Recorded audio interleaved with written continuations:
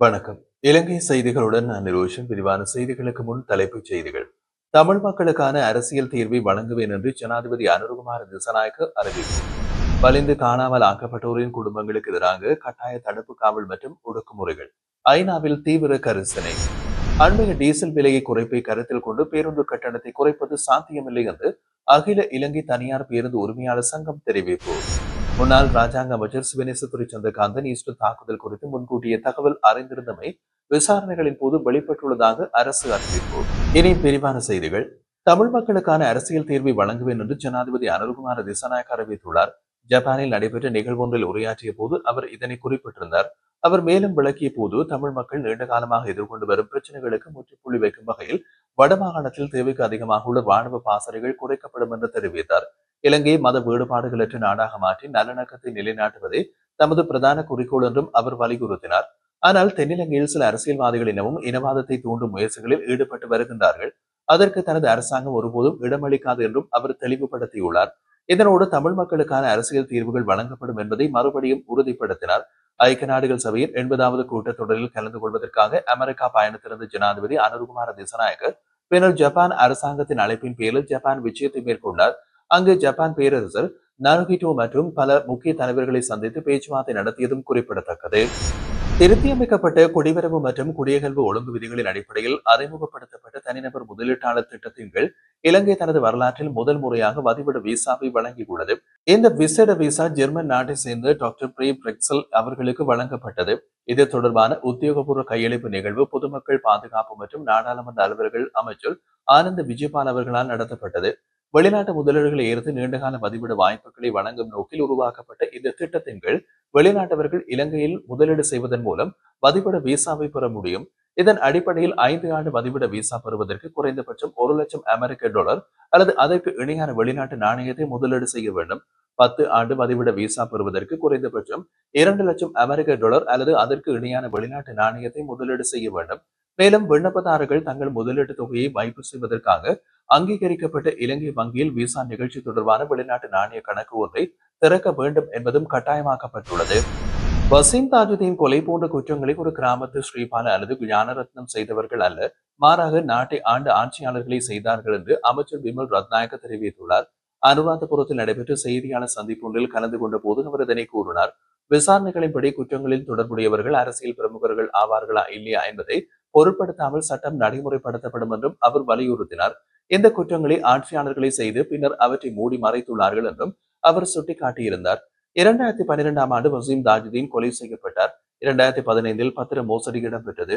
2019இல் உயிர்த்த ஞாயிறு குண்டுவெடிப்பு தாக்குதல்கள் நடந்தன என்றும் அவர் நினைவூட்டியிருந்தார். இந்த சம்பவங்களில் தொடர்புடையவர்கள் யாராயினும் அவர்களுக்கு எதிராக சட்டங்கள் செயற்படும். ஆனால் இவ்வாறான விசாரணைகளில் அரசாங்கம் எந்த வகையிலும் தலையிடாது என்றும் அமைச்சர் விமல் ரத்நாயக்க உறுதிப்படுத்தியுள்ளார். வலிந்து காணாமல் ஆக்கப்பட்டோரின் குடும்பங்கள் கட்டாய தடுப்பு காவல் மற்றும் ஒடுக்குமுறைகளுக்கு உள்ளாகி வருவதாக கூறப்படும் சூழ்நிலைகள் தொடர்பாக ஐக்கிய நாடுகள் வலிந்து காணாமல் ஆக்கப்பட்டவர்கள் தொடர்பான குழுவின் விசேட அறிக்கையாளர்கள் தீவிர கவலை வெளியிட்டுள்ளனர்.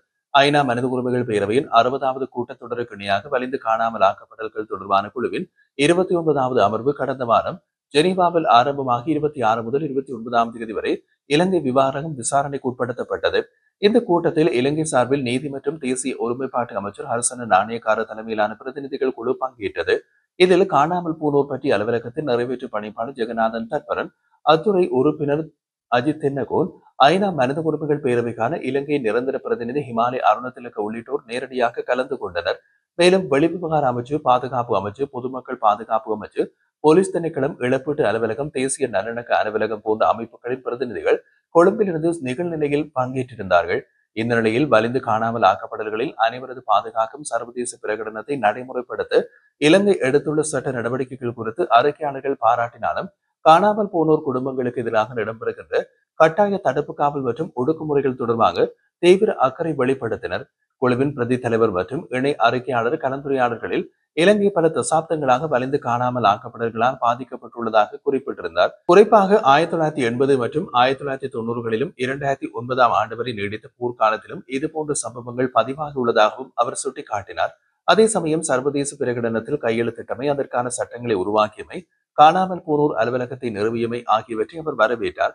மேலும் வலிந்து காணாமல் ஆக்கப்பட்டது தொடர்பான சட்டம் சர்வதேச பிரகடனத்தை நடைமுறைப்படுத்துவதற்கு உகந்தது என்றும் தெரிவித்துள்ளார். ஆனால் அண்மைய காலங்களில் வெள்ளைவான்களில் கடத்தல், குறுங்கால தடுத்து வைப்புகள் போன்று புதிய வகை வலிந்து காணாமல் ஆக்கப்படல்கள் பதிவாகி இருப்பதை சுட்டிக்காட்டிய அவர், இவ்வாறான சட்டவிரோத தடுத்து வைப்புகளை அரசு எவ்வாறு தடுக்கப் போகிறது என்றும் கேள்வி எழுப்பியுள்ளார். இதேபோல் இணை அறிக்கையாளர் கார்மென் ரோசா வில்லா குயின்டனா காணாமல் போனோரின் குடும்பங்கள் அரசின் கண்காணிப்பு மற்றும் அச்சுறுத்தலுக்கு உள்ளாகி வருவதாகவும், சில சந்தர்ப்பங்களில் அவர்கள் அளித்த முறைப்பாடுகளை போலீசார் ஏற்க மறுத்த சம்பவங்கள் உள்ளதாகவும் சுட்டிக்காட்டினார். டீசலின் விலை ரூபாவால் குறைக்கப்பட்டிருந்தாலும் அதனை அடிப்படையாக கொண்டு பேருந்து கட்டணத்தை குறைப்பது சாத்தியமில்லை என்று அகில இலங்கை தனியார் பேருந்து உரிமையாளர் சங்கத்தின் தலைவர் கெமுரு விஜயரத்ன தெரிவித்தார். கொழும்பில் உள்ள சங்கத்தின் காரியாலயத்தில் புதன்கிழமை நடைபெற்ற ஊடகவியலாளர் சந்திப்பின் போது அவர் இதனை குறிப்பிட்டுள்ளார். அவர் மேலும் தெரிவிக்கையில், சுதந்திரத்திற்கு பிறகு ஆட்சியில் இருந்த அனைத்து அரசாங்கங்களும் தனியார் பேருந்து துறையினை புறக்கணித்தவாறே செயற்பட்டன. தற்போதைய அரசாங்கமும் அதேபோல் தனியார் பேருந்து துறையை நெருக்கடிக்குள்ளாக்கும் நடவடிக்கைகளை எடுத்து வருகின்றது. மாதாந்திர எரிபொருள் விலை சூத்திரத்தின் அடிப்படையில் நேற்று முன்தினம் நள்ளிரவு எரிபொருள் விலைகள் திருத்தப்பட்டது. அதன் மூலம் டீசலின் விலை ரூபாவால் குறைக்கப்பட்டது. கடந்த ஆகஸ்ட் மாதத்திலும் இதே அளவு விலை குறைப்பு செய்யப்பட்டது. ஆனால் டீசலின் விலை ரூபாய் குறைவதால் பேருந்து கட்டணத்தை குறைப்பது சாத்தியமில்லை. ஆக குறைந்தது 12 ரூபாவுக்கு மேல் விலை குறைக்கப்பட்டால் தான் பேருந்து கட்டணத்தில் திருத்தம் செய்வது குறித்து பரிசீலிக்கலாம் என்று அவர் தெரிவித்தார். பிள்ளையான் என அறியப்படும் முன்னாள் ராஜாங்க அமைச்சர் சிவனேசத்துறை சந்திரகாந்தன் ஈஸ்டர் தாக்குதல் குறித்து முன்கூட்டிய தகவல் அறிந்திருந்தமை விசாரணைகளின் போது வெளிப்பட்டுள்ளதாக பொது பாதுகாப்பு அமைச்சர் ஆனந்த் விஜயபால தெரிவித்துள்ளார். தனியார் தொலைக்காட்சி நிகழ்ச்சி ஒன்றில் கலந்து கொண்டு கருத்து வெளியிடும் போது அவர் இதனை குறிப்பிட்டிருந்தார். அவர் மேலும் கூறுகையில், தேசிய மக்கள் சக்தியின் தேர்தல் அறிக்கையிலும் குறிப்பிடப்பட்டுள்ளபடி ஈஸ்டர் ஞாயிறு தாக்குதல் தொடர்பான முழுமையான விசாரணை இன்னமும் நடைபெற்று வருகின்றது. இதுவரை விசாரணைகளில் சில முக்கியமான முன்னேற்றங்கள் ஏற்பட்டுள்ளன என்றும், ஆரம்ப கட்ட விசாரணைகளில் காணப்பட்ட குறைபாடுகள் மற்றும் அலட்சியங்கள் குறித்தும் தற்போது முறையான விசாரணைகள் நடைபெற்று வருகிறது என்று தெரிவித்துள்ளார். மேலும் சிவனேசத்துறை சந்திரகாந்தன் தாக்குதலில் நேரடியாக தொடர்புடைய தகவல்கள் உறுதிப்படுத்தப்பட்டுள்ளன என்றும் அமைச்சர் ஆனந்த விஜயபால வலியுறுத்தியுள்ளார். இலங்கை உட்பட பிராந்திய நாடுகளுக்கான வர்த்தக கொடுக்கல் வாங்கல்கள் தொடர்பான புதிய தீர்மானம் ஒன்றை இந்திய அரசாங்கம் அறிவித்துள்ளது. இந்திய மத்திய வங்கி வெளியிட்டிருந்த அறிவிப்பின்படி இனிமேல் இலங்கை, நேபாளம், பூட்டான் போன்ற நாடுகளுக்கான வர்த்தக பரிவர்த்தனைகளில் இந்திய ரூபாய் பயன்படுத்தப்பட உள்ளது. மேலும் இந்த நாடுகளுக்கு இந்தியா வழங்கும் கடன்களும் இந்திய ரூபாவில் வழங்கப்படும் என்று தீர்மானிக்கப்பட்டுள்ளது. இதற்கான தகவல்களை இந்திய ஊடகங்கள் வெளியிட்டுள்ளன.